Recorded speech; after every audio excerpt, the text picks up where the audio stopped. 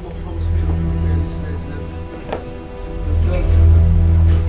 Kabaklarımız, kelime aləmiz, yavruçkalar, ciğer uyruk ve kapı uyruk. Bu da nedir? Kət duyğu setkada.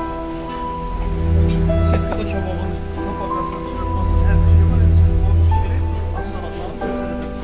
Bu da bizim huzurlu vətli, yemək istəyirlər yolun veririk. Bu da bizim sənətkarlar da olub, bax gördülər, gözlənməklə qatmışlar, ətin rənginə baxır. Ətin rənginə baxır da, içindəki yəllərin yeməklə qalanəvi restoran.